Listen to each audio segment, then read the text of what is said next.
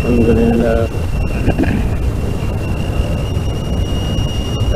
لله نحمده ونستعينه ونستغفره ونؤمن به ونتوكل عليه ونعوذ بالله من شرور أنفسنا ومن سيئات أعمالنا من يهده الله فلا مضل له ومن يضلله فلا هادي له وأشهد أن لا إله إلا الله وحده لا شريك له وأشهد أن محمدا عبده ورسوله أرسله بالحق بشيرا ونذيرا وداعيا إلى الله بإذنه وسراجا منيرا صلى الله عليه وعلى آله وأصحابه أجمعين أما بعد فأعوذ بالله من الشيطان الرجيم بسم الله الرحمن الرحيم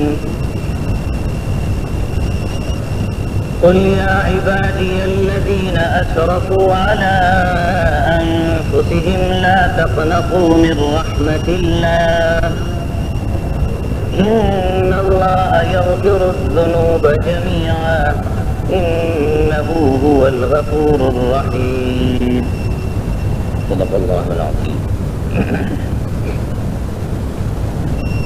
بزرگان محترم اور برادران گرامی،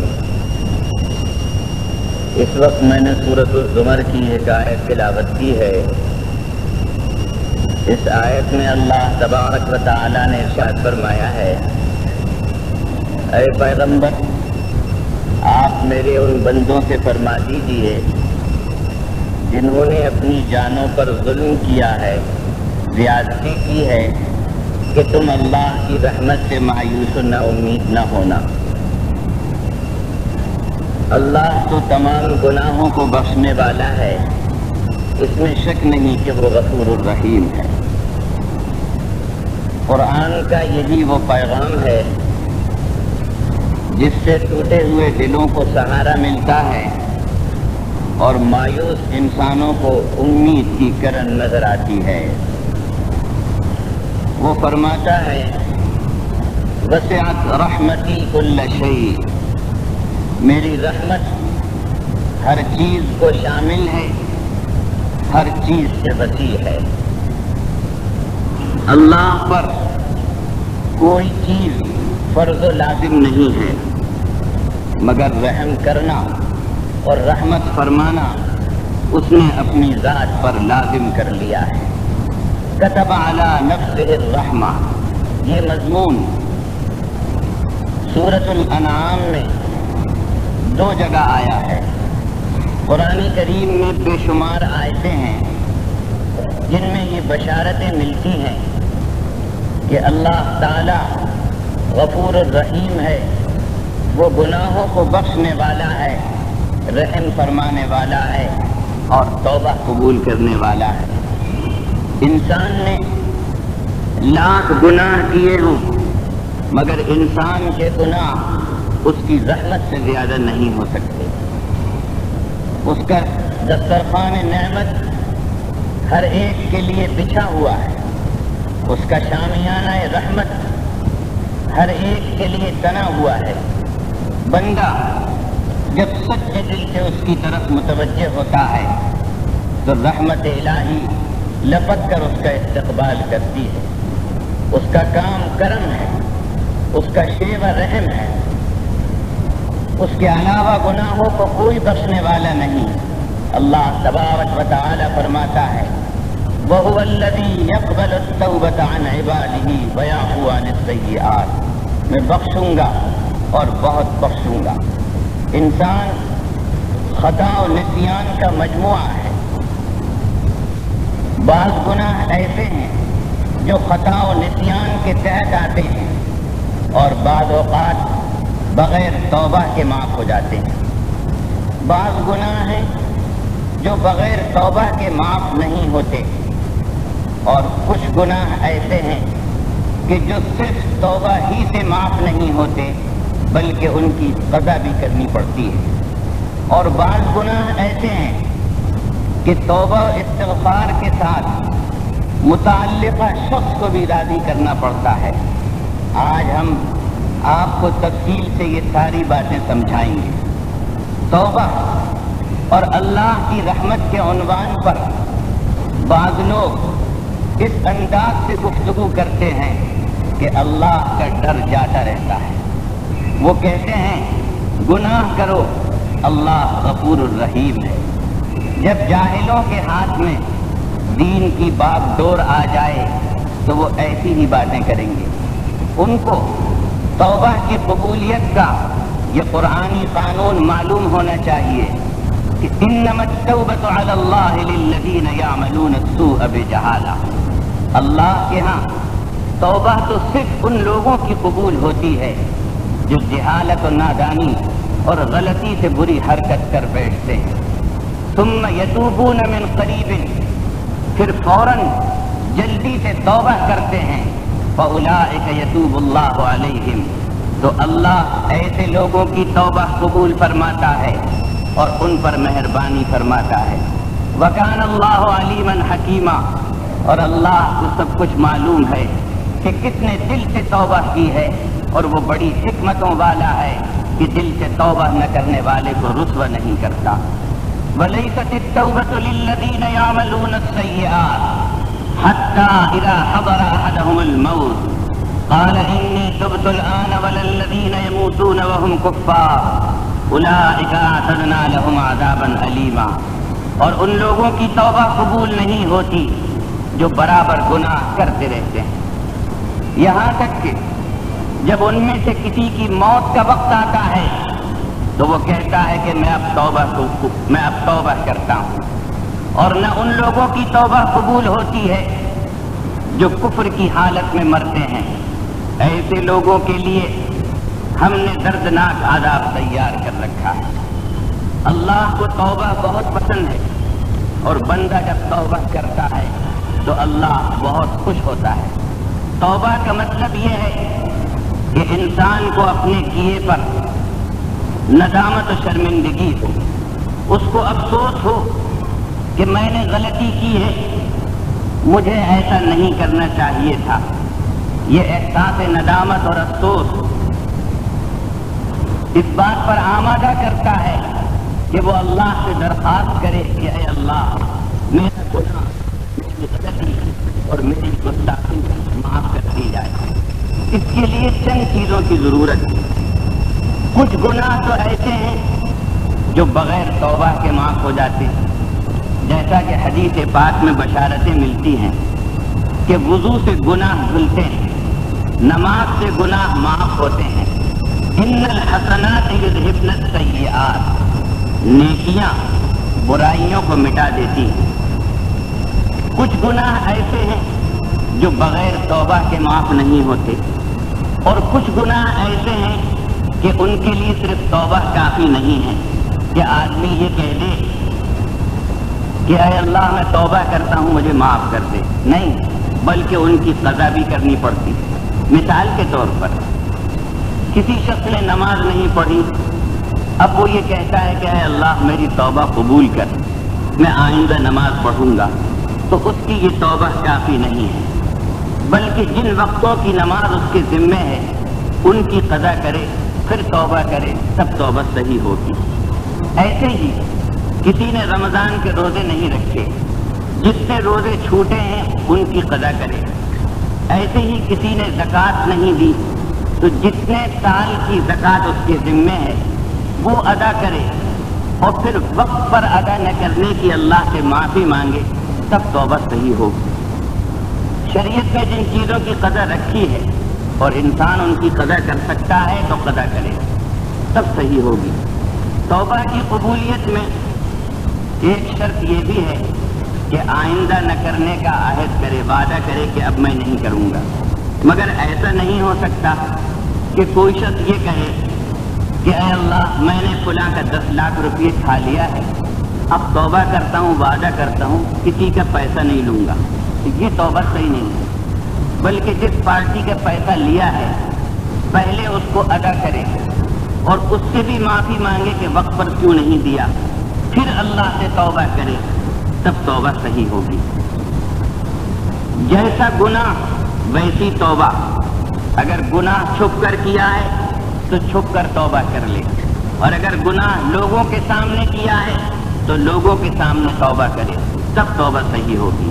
مثلا کسی کی برائی کی، غیبت کی، تو جن لوگوں کے سامنے برائی کی ہے، غیبت کی ہے، ان کے سامنے توبہ کرے، تب توبہ صحیح ہوگی۔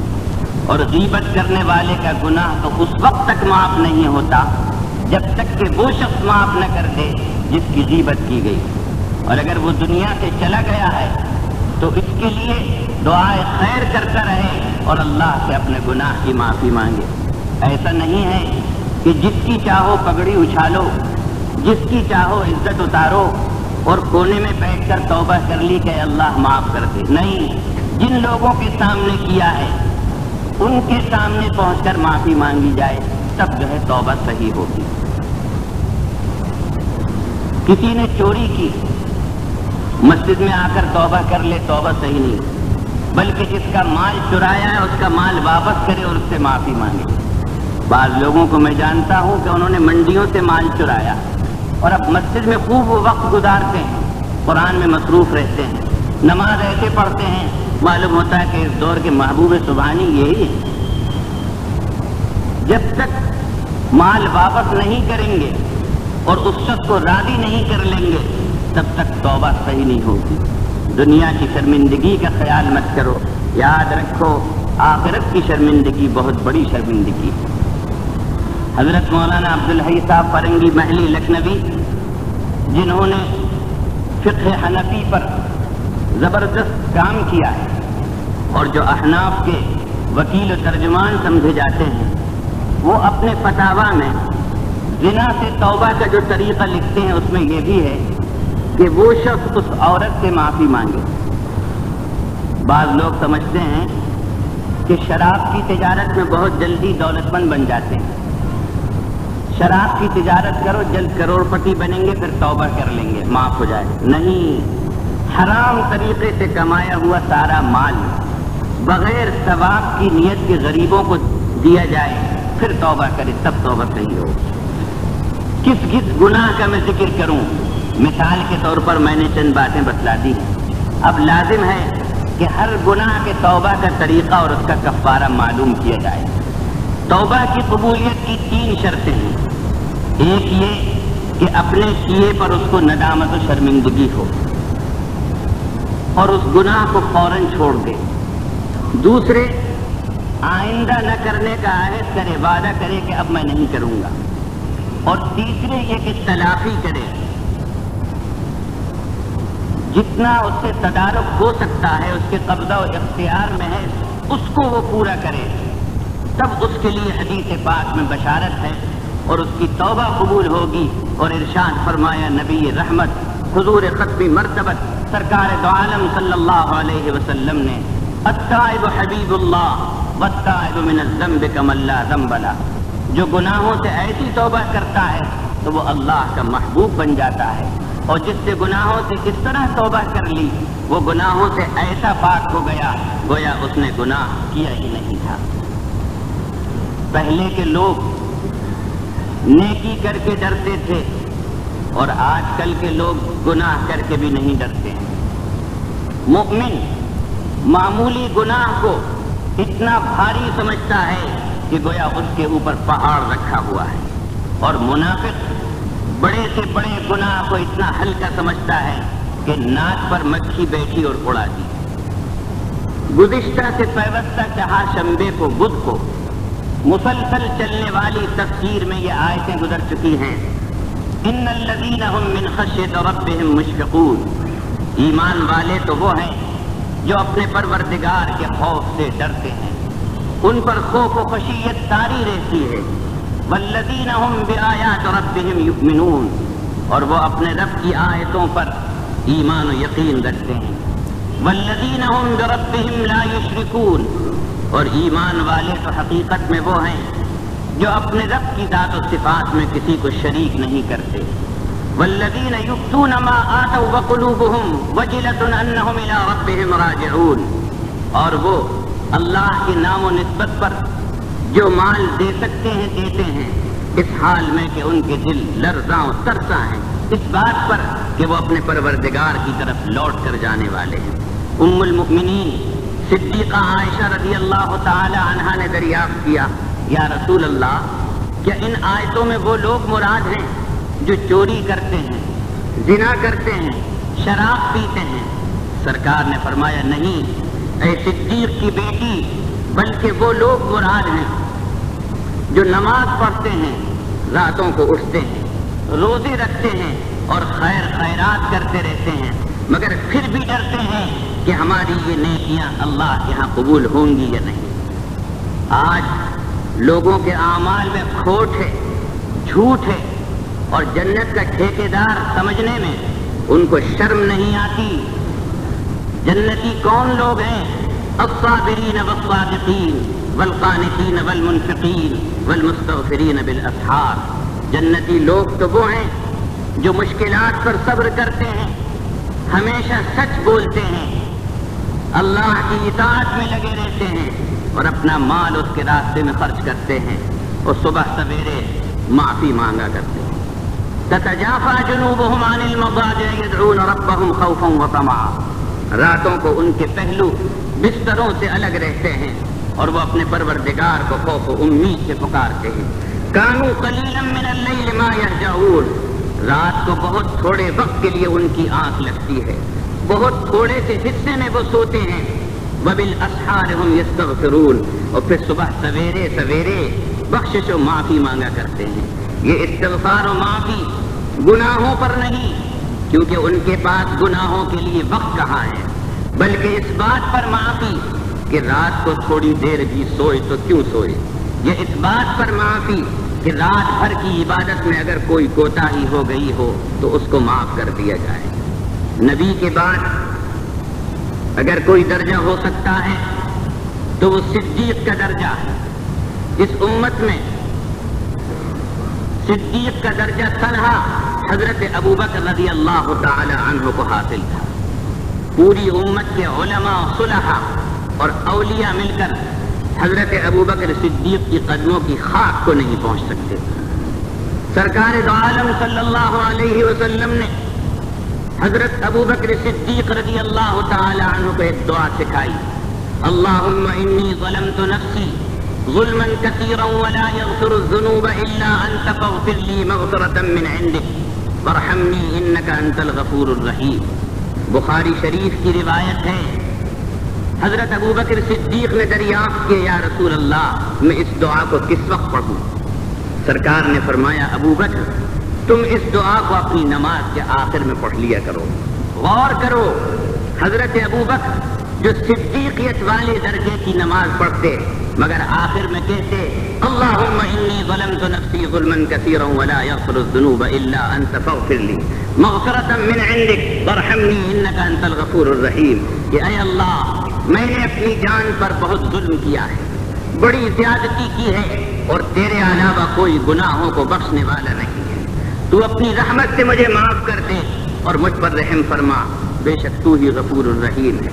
اس سلسلے کی آخری بات کہہ دوں، سرکار دو عالم صلی اللہ علیہ وسلم معصوم ہیں، یہ ہمارا ایمان ہے، بلکہ سید المعصومین ہیں، سارے معصوموں کے سردار ہیں، سرتاج ہیں۔ معصومیت اگر کسی پر ناز کرتی ہے تو وہ سرکار کی ذات اقدس ہے، آپ کی شخصیت گرامی ہے، مگر اللہ تعالیٰ اپنے آخری رسول کو حکم دیتا ہے، فَسَبِّحْ بِحَمْدِ رَبِّكَ وَاسْتَغْفِرْهُ إِنَّهُ كَانَ تَوَّابًا۔ اے نبی، آپ اپنے رب کی تعریف کے ساتھ تسبیح کیجئے اور مغفرت کی دعا کیجئے، بے شک وہ توبہ قبول کرنے والا ہے۔ اللہ کو استغفار اتنا پسند ہے، اس لیے اللہ تعالیٰ نے اپنے رسول کو اس کا حکم دیا، اور سرکار دن میں بار بار استغفار فرماتے تھے۔ پھر سوچئے میرے اور آپ کے اعمال کی کیا حقیقت ہے، اور آج سے چھٹ گئیے کن بھول بھلائیوں میں ہیں۔ استغفار نہ کرنا یہ اللہ سے بے خوفی کی علامت ہے، اور اللہ کا قانون مغفرت اٹل ہے۔ دعا فرمائیے کہ اللہ تبارک و تعالی ہم کو اپنی طرف متوجہ ہونے کی اور استغفار کی توفیق عطا فرمائے اور ہمارے گناہوں کو معاف فرمائے. وآخر دعوانا ان الحمد للہ رب العالمین والصلاة والسلام على اشرف المرسلین وعلى آلہ واصحابہ اجمعین. بارک اللہ لنا ولکم فی القرآن العظیم ونفعنا وإياكم بالآيات والذکر الحکیم. انه تعالی جواد قدیم ملک بر رؤوف رحیم رب حلیم.